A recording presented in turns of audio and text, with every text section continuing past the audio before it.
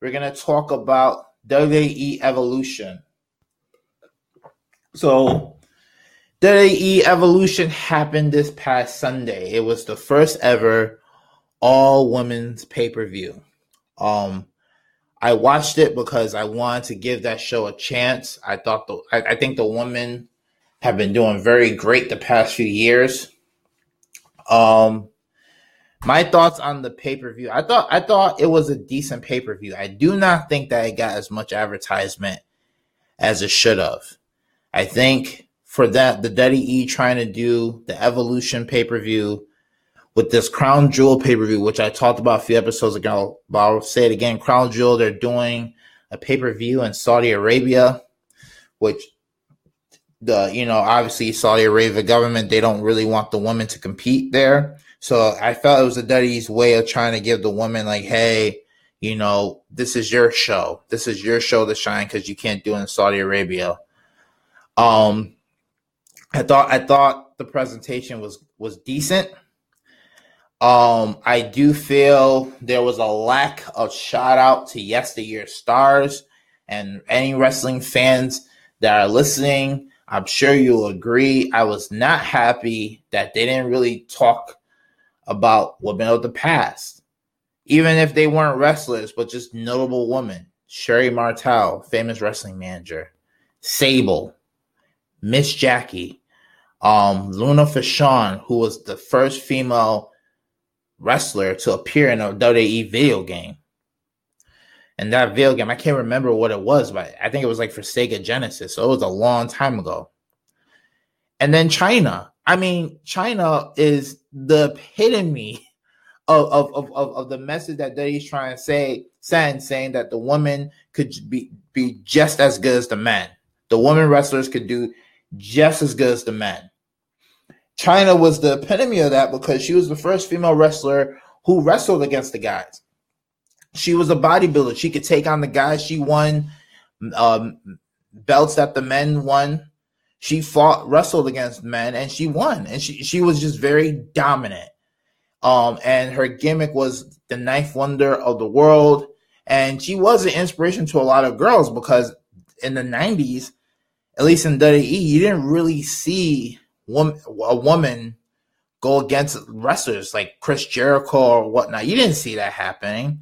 In Japan, I think it was different. I think Japan, they've been having women federations for a long time, but WWE, they just didn't have that. They had more valets or managers, and the WWE had This is the reason why. Before I break down my thoughts on the pay-per-view, this is the reason why, as a wrestling fan, while I was excited for this all-women's pay-per-view, I think the WWE was full of shit, is because they're trying to give themselves a pat on the back for saying, oh man, we have all this amazing women. We should give women a chance. We should show that they are just as good as the men.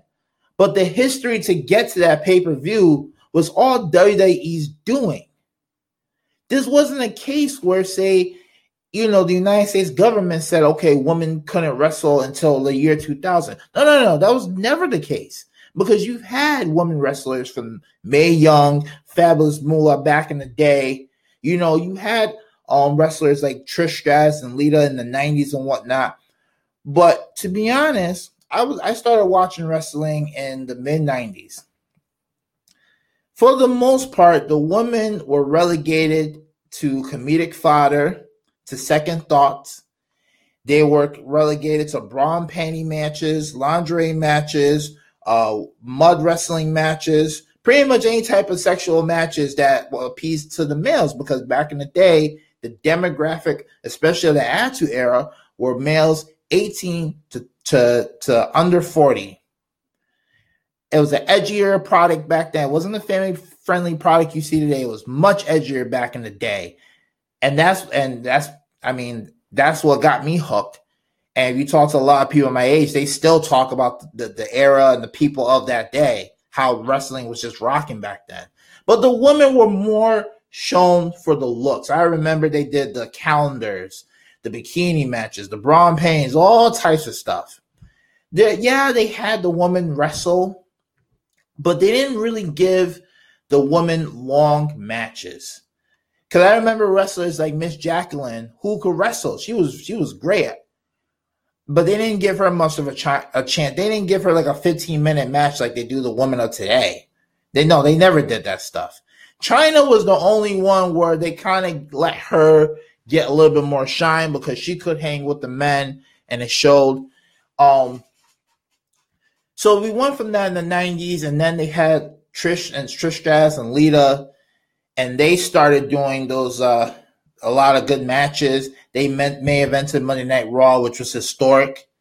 And I think that's what started to get the women wrestling taken more seriously until the early 2000s when they went back to the Divas era, where it was like, all right, let's get models from around the country to be wrestlers. So the Bella twins, that they came from that era where they didn't wrestle in the independent scene, scratching and clawing just like the men and other female wrestlers out there. It was all about looks. If you were high and of a certain frame and all that stuff, you were put on TV, and then you somehow stumbled into wrestling. And even then, you still had some decent women wrestlers like Victoria, like Melina, like Mickie James. But for the most part, you had the Bella Twins. You had Kelly, Candice Michelle, there for the looks.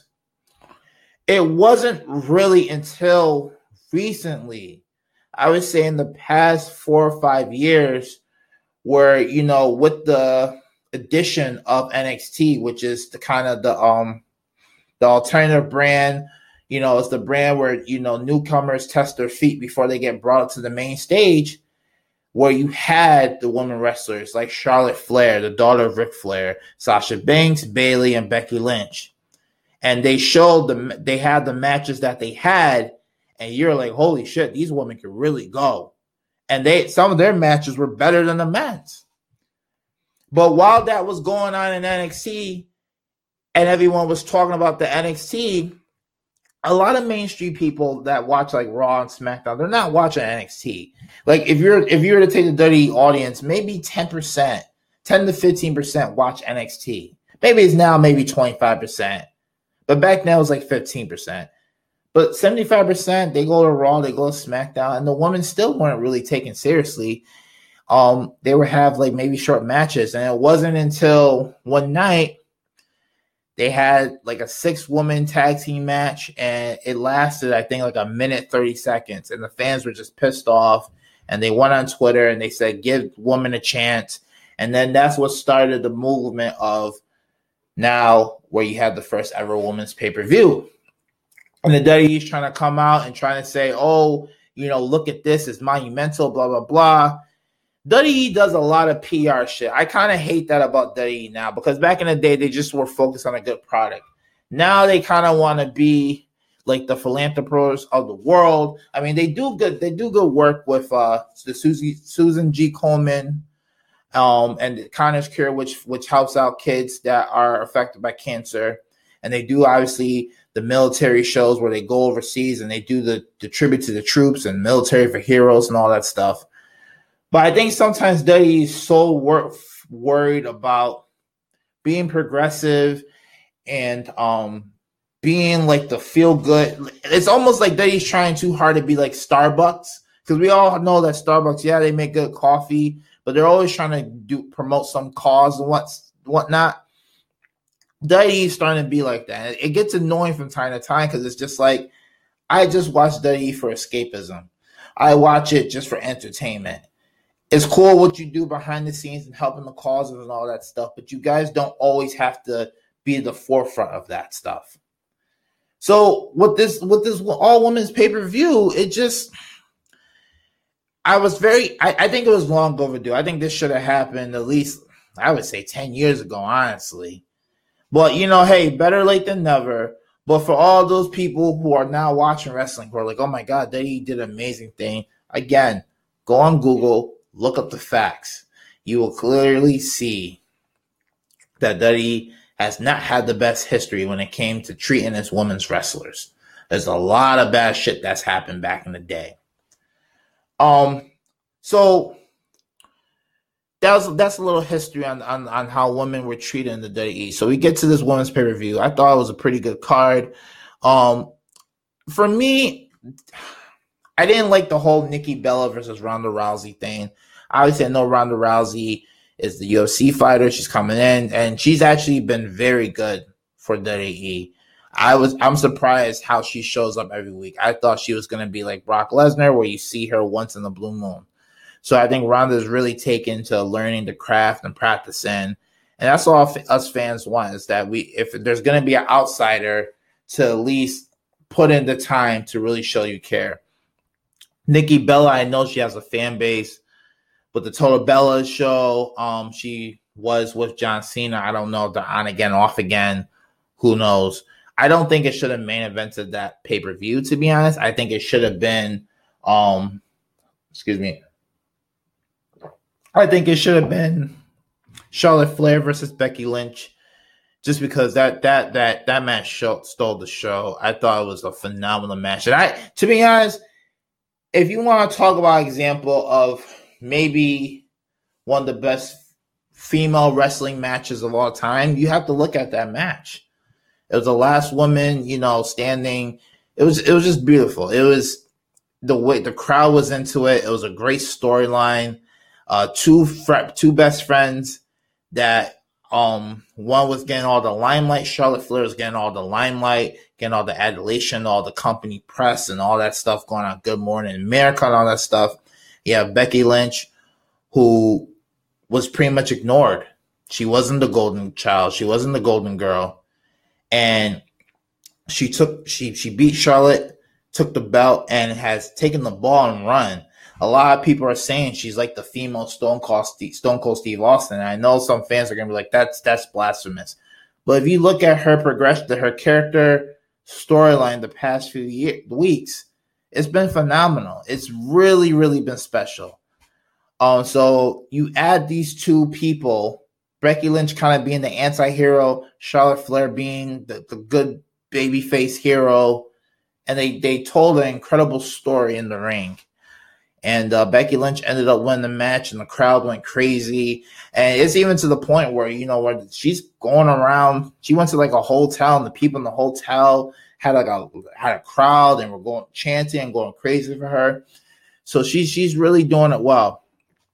There were some other matches that happened. Some NXT Baszler versus Kairi Sane.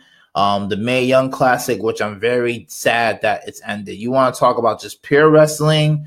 No gimmicks, no frills.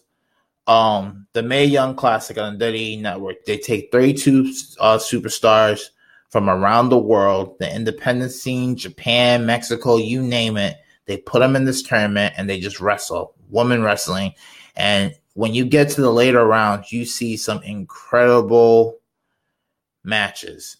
And this year did not disappoint. So they did the final at the pay-per-view. So they really try to stack the card for all these championship matchups, and then they had the Battle Royal and whatnot. I gave the pay-per-view a 7 out of 10. I thought it was very entertaining, especially given that they did not put a lot of marketing behind it.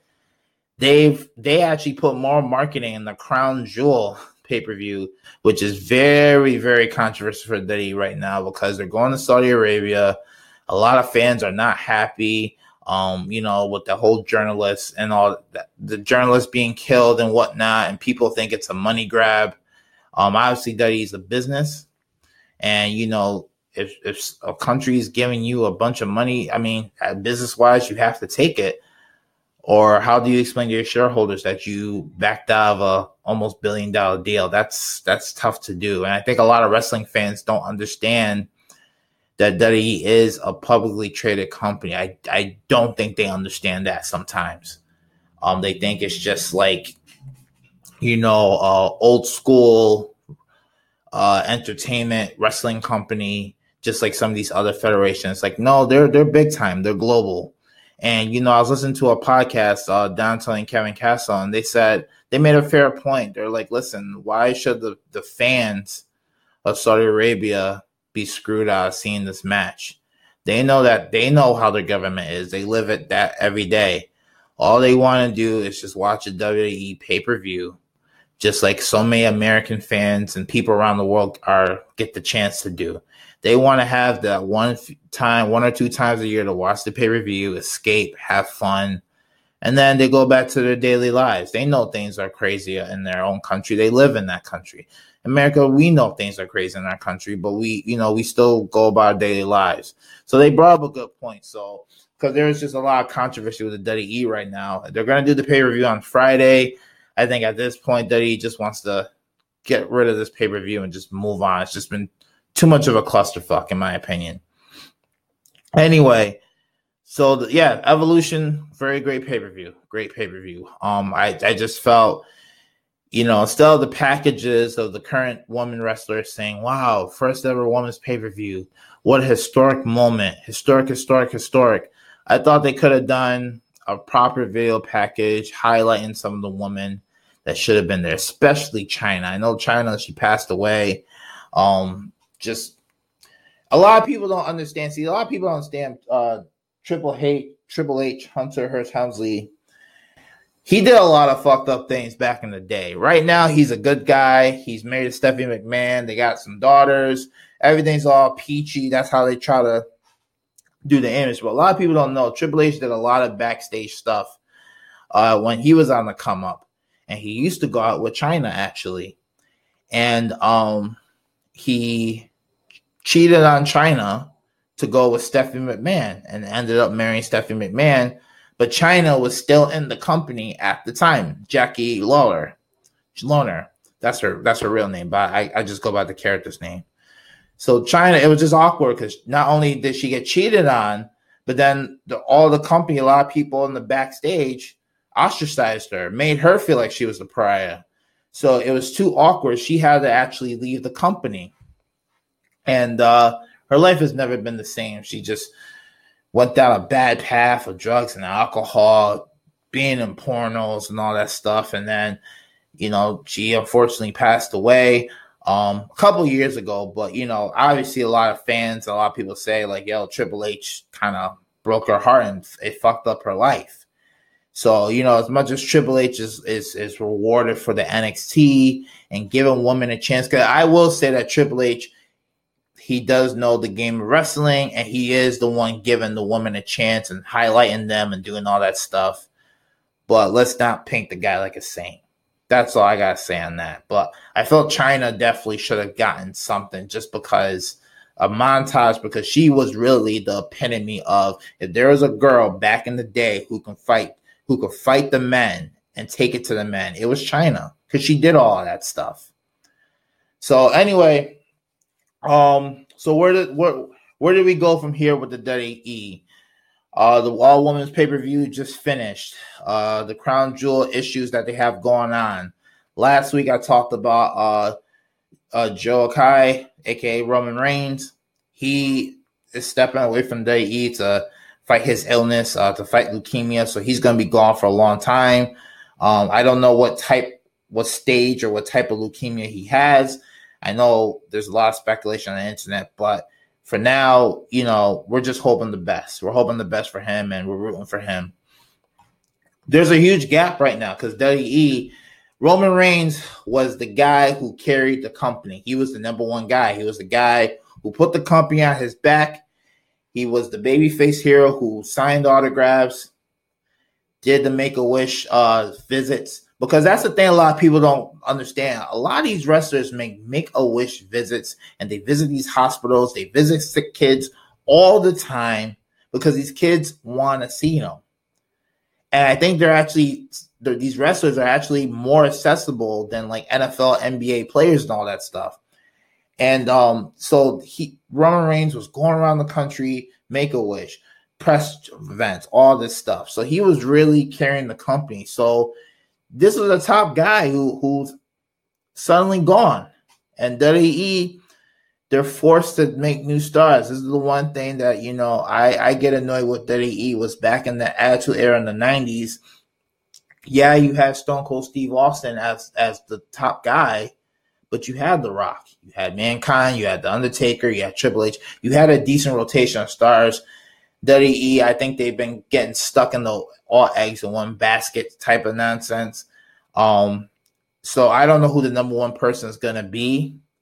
But I will tell you the transition of how it used to be for fans who don't know. So it used to be Hulk Hogan was the number one guy.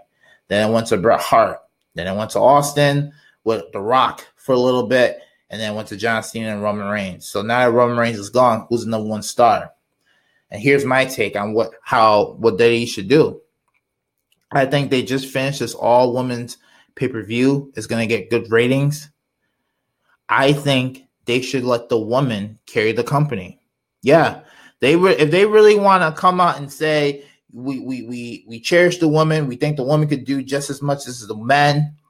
Let the woman carry the company, because to be honest, the woman there's a lot more women stars than there are men stars, like actual mainstream women stars that people know about, talk about, and they should be the faces of the company. Right now, you have Ronda Rousey. She has that UFC. She comes from the UFC. She has that mainstream appeal. People know about her. She's been a decent champion. You need to make her a star. I mean, the thing is when you think about WWE as a fan from a business perspective, as you get older, you don't start to think of it in terms of, okay, entertainment, storylines. I mean, yeah, you get entertained, but as a wrestling fan, as you get older, it's kind of like Halloween. Like, you enjoyed it as a kid. You going around getting candy, doing trick-or-treats and all that stuff. So it's on you when you get to an adult to carry the tradition of handing out candy to the kids. It's just what you do. It's just like Christmas. You get presents as a kid, and then when you become a parent, you get your kids' parents, and you see the joy that your kids have, and you pass on that tradition, and you make sure it keeps going. As a wrestling fan, you get entertained when you're young. And if you still care about the product as you get older, yeah, there's certain moments that still get you excited, like, holy shit, this is amazing.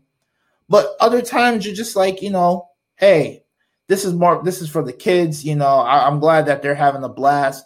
They have stars that they can look up to. I just want to see it for entertainment and all that stuff. So when you think of it from a business perspective, you got to think about who can you put on Good Morning America? Who can you put on ESPN First Take, Fox Sports 1? Who can present the company in a good light? And I think it's time for the women to take over as the faces of the company. You got Ronda Rousey, who got the UFC WWE mainstream appeal. You got Charlotte Flair, who is the daughter of Ric Flair. A lot of people know about Ric Flair. Charlotte Flair is pretty good in her own right, too. Becky Lynch, her character, I think more people will be very excited to know more about her, how she traveled all over the world. She started in Ireland, wrestled all over the world, how she grinded to the top. She's very entertaining on Twitter. She's just very entertaining in general. She's like the anti-hero, which sometimes wrestling needs, because Austin was like that. CM Punk was like that too. Asuka, she's one of my favorites, but unfortunately, she because of she's not fluent in English because she comes from Japan. I think she can, unless they give her a mouthpiece, it'll be very hard for her to go on Good Morning America herself and try to do it. You could be surprised, but she could also be one of those people. And then, the NXT, you got Toni Storm, Bianca Belair, Lacey Evans, up and coming people. Anyway, what I'm trying to say is the woman should carry the company. The WWE has to stop going back to these old guys like Shawn Michaels and Undertaker and Kane and Triple H. They're 40 plus. Some are even in their 50s. You have to build with the people you got there and your young stars, the people you got there. I think right now, some of the women are actually more popular than the men. Now that Roman Reigns is gone, John Cena is on his way to Hollywood, The Rock is not coming back. This is the perfect opportunity to say, hey, you know what? Let's let the woman carry the ball for a little bit.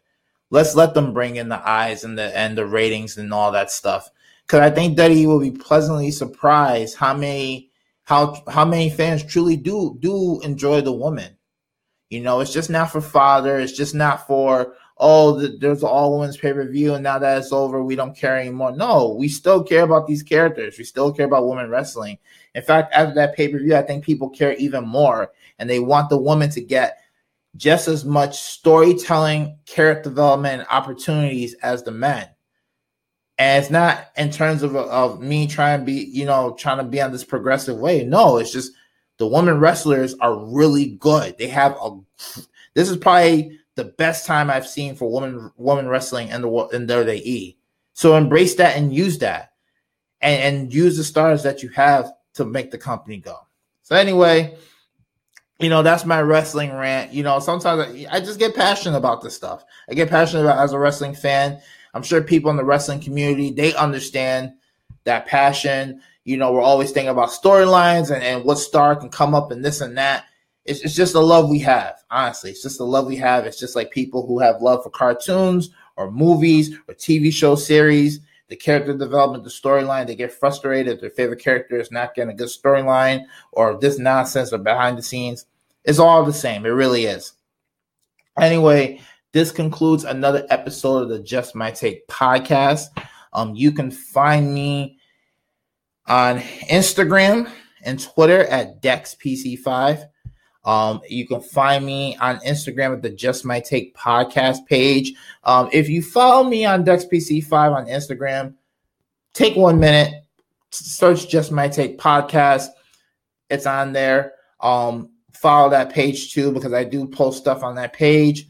The show's available on all podcasts and platforms. On Instagram, I have the link in the bio. So when you're liking the photo, click my link in the bio. It'll direct you to iTunes, Spotify, SoundCloud, and YouTube. And you can access the show that way. SoundCloud, I think I'm gonna wane a little bit from it because SoundCloud I'm having some issues. But iTunes and Spotify, those are the two major podcasts and platforms that I feel like everyone uses at this point. And then YouTube, if you just want to listen at work or whatnot, or if you listen in your car, you can do that as well. So yeah, that's my request. Is not only do you like the photos, click the links. Let me know your take on these things, especially, WWE, we covered a lot of stuff. We actually covered sports, Megan Kelly, Nikki and Cardi, WWE Evolution, as well as episodes where I'm covering everything. And I thank you for the support. I hope you guys enjoy this upcoming November weekend. And I hope you guys had a blast this Halloween. And remember, everyone, we covered a lot today, but remember, whether you agree or disagree, it's just my take. Peace.